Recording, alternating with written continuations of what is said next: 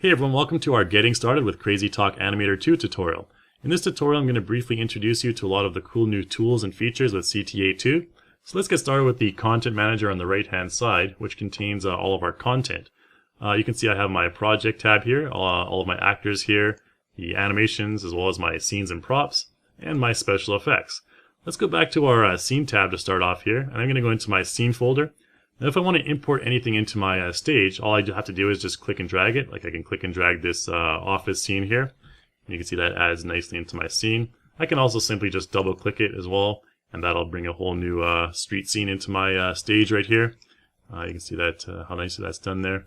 And if I just double click on this coffee shop, we're going to be using this one later, so I'll leave this one in my stage here. Now with the Content Manager, you can actually click and drag it to undock it from the Scene Manager.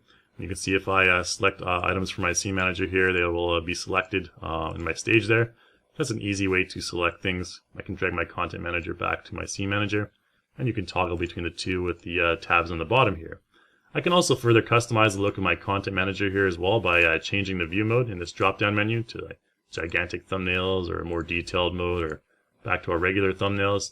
I can also choose to show my navigation panel as well. So you can see we have a nice organized layout of all of my props and my other content as well. In addition to that, you can also click and drag any of these toolbars here to move them to wherever you so desire. I'll just leave that one back up there.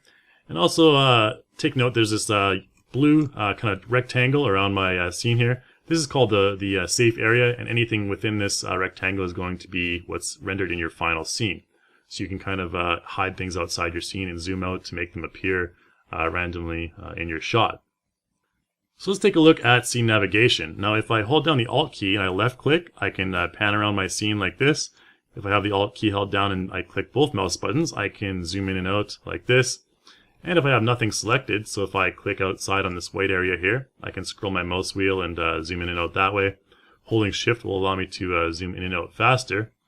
However, if I have something selected like this plant right here, and I scroll my mouse wheel, you'll see that it will move back and forth on the Z-axis, which you can see indicated in the XYZ values up here. I can move that behind my wall or wherever I'd like. If I want to change the safe area, I can also go up to Edit. I can go to Project Settings, and the safe area is right here, so I can make that larger or smaller, however much space I need to accommodate my needs. So let's go back to about 20 there and press OK. Let's take a look at the actors in CrazyTalk Animator 2. So I'm going to go to the Actor tab into my characters here, and I'm going to go to G2 characters, which are the Generation 2 characters of CTA2. And you can see they're indicated by the little G2 on the top left of their icon there. So I'm going to click and drag in this Saul guy right in front of our shelf of goodies here. And you can see we have Saul in our scene there, the hippie looking dude. And let's bring him down a little bit. If I want to see where he added into my scene, I can actually use the 3D view here, and I can just hold Alt and right click, and I can kind of pan around my scene and see where each individual item is on my Z-axis. And I can move them back and forth using the gizmo as well, so I can move him that way as well. Let's go back into our regular stage mode here. Let's take a look at the G2 characters. Now the G2 characters have 10 different angle profiles. So if I have my character selected here, I'm going to go into the motion key editor here, the 3D motion key editor, and you can see it comes up with this new UI here, where I can click and drag this slider and move my character into all kinds of different angle profiles. So you can see he has a fairly comprehensive set of angle profiles here, including top and bottom. In addition to that, characters in CTA2 can utilize human IK technology. So if I select my character's hips, for example, I can just move those around, and you can see the body will react naturally to my motion there. So press Ctrl Z to undo that. Another example, if I click my hand, I can kind of move my entire body along. It'll follow that hand movement right there. So that's a really new powerful tool with CTA2 as well. Let's get started on some animation. So I'm going to zoom out a little bit, and I'm going to move Saul over here behind this table and chair. It looks like he's already there. If I move it, I can, if I move this little gizmo on the bottom here, I can move him up back and forth on the Z-axis. So maybe something like that will be okay. Yeah, we're good right there. So what I want to do is I want to have Saul walk around this table and kind of in front of this stand of goodies here. So let's go ahead and go to our Content Manager here on the bottom right and go to our Animation tab. And I want to go to Motions, 3D Motions, and Move.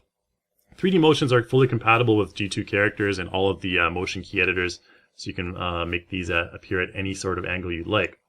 I'm going to select my male walk here, and I'll show you what I mean in just a moment. So once that applies to Saul, you can see he takes a couple steps there. Now if we press F3 and go into the timeline, you can see that I have Saul selected. I'm going to open up my 3D motion track right here. And we have our little clip that we just added. So let's zoom out a little bit. And you can see there that we have that clip. And if I want to loop that, if I have looping selected, I can simply click and drag on the edge of my clip there. And you can see now that we have this little walking animation right there. Now if I want, I can actually go into the middle of this clip. And you'll see that when the clip is like this, when they have keyframes at each individual section, basically if I make one modification to this clip, it'll transfer to all the other clips as well. So let's go ahead into the motion key editor there and say, for example, I change this profile to 45 degrees here. You'll see it'll add a keyframe in the 3D angle track in every single clip. So the result would be something like this. You'd go 45, 0, 45, 0. That's not really what we want. So I'm going to actually just press Ctrl Z and undo that. Now if I want a clean slate to work from, I can just simply right click on all my clips and select Flatten Motion Clip. And that'll take all those keyframes away. So it'll be one full clip that we can just modify using our motion key editor here. So let's go back to frame 1, and what I want to do is move this profile to 90 degrees. So now when I do that, this entire clip is going to be playing at a 90-degree profile. So basically what we want Saul to do is we want him to kind of walk around this table and in front of the snacks there. So let's go ahead and count 2 steps and then transform him. So go 1, 2, like that, and about there. We're going to open the transform track and move him a little bit to the side. Somewhere about there should be good. And you can see that basically he's in that spot right there. And from here on we want him to change to a 45-degree angle. So let's go ahead and select 45 degrees on my motion key editor there. And you'll see that keyframe will appear. Let's count 2 more steps. 1, 2. And at this point we want him to kind of move at a 45-degree angle right here. Maybe a little bit up on the, whoops, we don't want to scale him there. Just Control Z and undo that. You want to make sure you have this gizmo selected at the bottom there. So we'll make sure we move him up on the Z axis there. And from this point, we want him to change angles to 0 degrees. And you'll see that I'll add another keyframe there in the 3D angle track. And then we want him to 1, 2, 3, maybe 3 steps will do okay. And we'll move him up on the Z axis here, maybe a little bit to the side there as well. So let's take a look at what we just created there. I'm going to close down the timeline for now. Go ahead and press play. Okay, so we have Saul kind of doing his 3-point turn there, walking towards us. Now what I want to do before we move on is I want to actually create an automatic lip sync for Saul here. So let's go ahead and do that. He's going to be talking while he's walking. So let's go back to the first frame here. And what I want to do is select our Create Script button here. And you can record your own voice. You can do a text-to-speech, a WAV file. I'm going to record my own voice here just to show you how easy it is to do this. And he's going to be basically talking while he's walking, like I said. So let's go ahead and record my voice. And you can choose your microphone device. And I just press record. And I'll say something like, hey everybody, welcome to our Getting Started tutorial with CrazyTalk Animator 2. And press stop, and then just go ahead and press OK with that. Hey everybody, welcome to our Getting Started tutorial with CrazyTalk Animator 2. Alright, so we have Saul doing his walking and talking right there. Well, let's add some expression to him. So let's go back to this frame here where we can actually see his face. And what I want to do is use our facial puppet tool right here. So let's click on that. And if you're not in the facial puppet, you can actually toggle between body and facial puppet using this button here. Let's go ahead and select a few of the profiles. We'll zoom in on his face a little bit. So you can see that we have all these previous versions of CrazyTalk on the profiles here as well. So for example, this grumpy lady, if she's happy, this is what she'll kind of look like. You can see we have this expression. You can click and blink the character's eyes. Maybe this character here, we have a nice smiley face. And you see that his mouth is moving around there. We have maybe this character. He has kind of a happy His mouth opens right there, and this one's nice as well. And we can also choose this sprite profile here as well, maybe something like an angry one, and kind of see the results there, and just not looking too happy right there. Let's go ahead and just choose this happy one from this child here. Now if I press preview and I press space, make sure you're aware that when you press space, that's where the axis of your movement is going to be. So if I press space when my cursor is right here, you'll see that that is where my center of my axis is, and I can move my character around that way. So let's go ahead and go back to frame 1, and we'll just go ahead and press record, and we're going to create some expression on his eyes. Hey everybody, welcome to our Getting Started tutorial with CrazyTalk Animator 2. Okay, so we had a couple of different eye sprite changes there. Now what I want to do is after he's finished walking, I want to apply a 3D motion to him. So let's zoom out a little bit, go back to our timeline here, and let's close down the transform and 3D motion tracks. I want to take a quick look at the face track here so you can see the audio clip that we created and the facial clip. This is the facial puppet clip that we created, and this is the lip syncing clip. So if I twirl down the voice clip here, you can see that's the audio data, and these are all the keyframes that my lip sync created. So I'm going to go and zoom in a little bit. Let's take a look at something like this one here. We'll zoom in on our character's face. This is my character's facial sprite for the J shape, so let's double click on that. If I double click on that, you'll see it'll come up with a number of different facial sprites. We can do like an O, a T, IH. These are all the different lip syncing sprites for my character. I can just choose a none as well. Anything like that. So let's basically, we can switch that to anything we'd like if we want to refine our lip sync. So let's go ahead and zoom out right now. And at this point, after he's finished his walk, we're going to apply a dance motion here. Since we're done with all the facial stuff now, let's go to where he stops walking, CrazyTalk Animator 2. Okay, so about here, and let's close down the face track and open up the 3D motion track here. So when he stops walking, about here at the transform key, what I want to do is go into my content manager here and just go ahead and apply a dance animation. We're going to apply this MJ motion right here. So he's going to be doing an MJ dance after he finishes his walk. So let's go ahead and just double click that. It doesn't really matter where it is in the clip, it's just going to overwrite this section of the clip. So let's just double click that MJ dance, and you can see my character does a 3D kick and twirl. And so that's pretty cool. That's the power of the 3D motion with a G2 character. You can see my character just walk and then pop into his Michael Jackson spin there. So what I want to do now is do some sprite editing to add some emotion to that spin, since he looks a little blasé. Let's go ahead and, about this point of his spin, right here, we want him to kind of do like a Michael Jackson scream, like a "ow" sort of thing. So in order to do that, I need to go over here to my sprite editor, and I'm going to open that up. And you can see now that I'm going to zoom in on my character. And if I select his eye, you can see that I have his eye selected in the profile image here. I want to change this to a closed eye, since that's going to be like a very "ow" type look. And we'll select his right eye as well, even though you can't see it right now. We'll just do the same thing to that one and change it to an angry expression sprite. And then for the face, we can select that as well, the mouth rather, and just choose like a "ow" sort of expression on his face there, so he's really getting into it.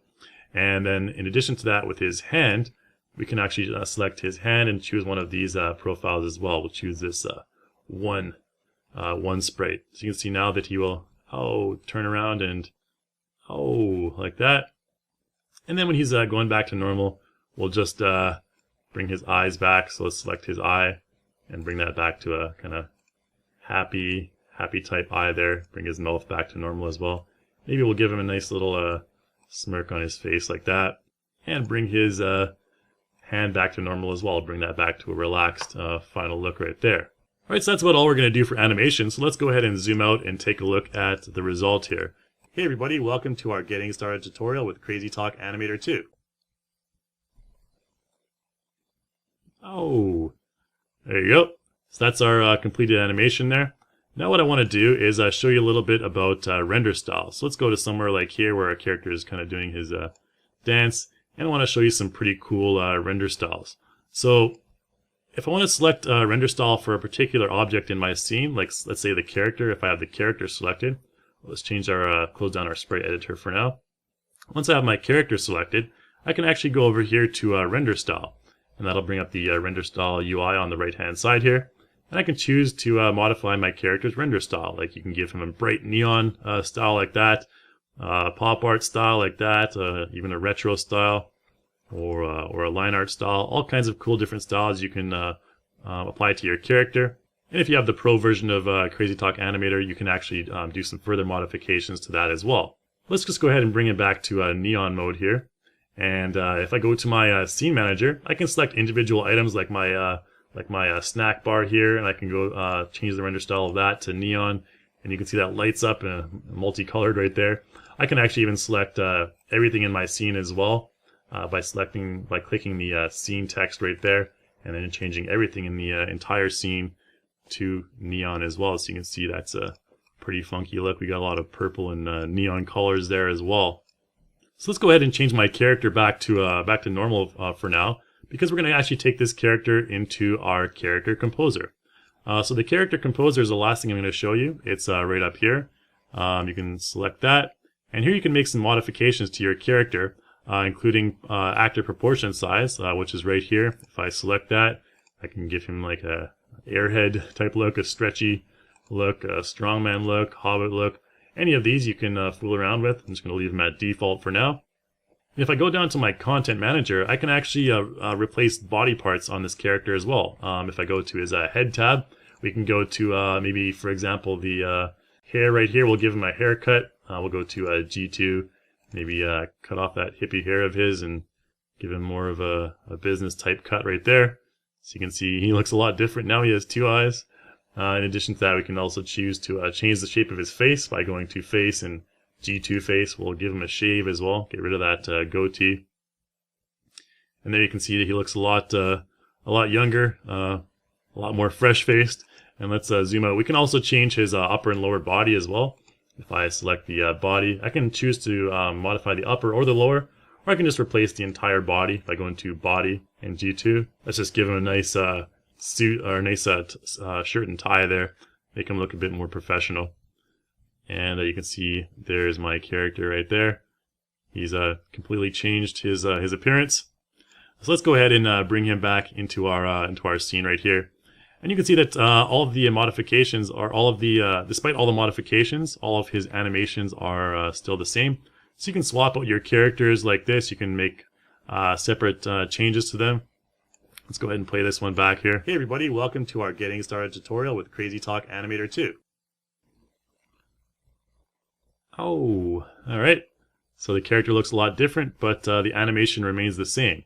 So you can swap out your characters and animations like that. Let's bring this guy back into neon style, just to have him more matched with the scene. So let's go back to neon here. And there we go. You can see he looks pretty funky there. Now the final thing I'm going to show you is some quick camera movement. So let's go ahead and go up to camera record mode here on the top. And what I want to do is just zoom in on my character here. And let's go over to something like this. And maybe at the point where he's walking towards the screen. So he's about just finished walking towards the screen. We'll just zoom out. And you can see now that we have zoomed out the camera. And if I go back to frame 1, just press stop and go back to frame 1, now we have some camera movement. Hey everybody, welcome to our Getting Started tutorial with CrazyTalk Animator 2. Oh. Alright, so that's about it for this tutorial. We will have other tutorials that go more into depth on all the individual tools and features, so don't worry about that. And if you have any questions, feel free to email me at developer@reallusion.com. And hopefully you enjoyed this, and thanks for watching.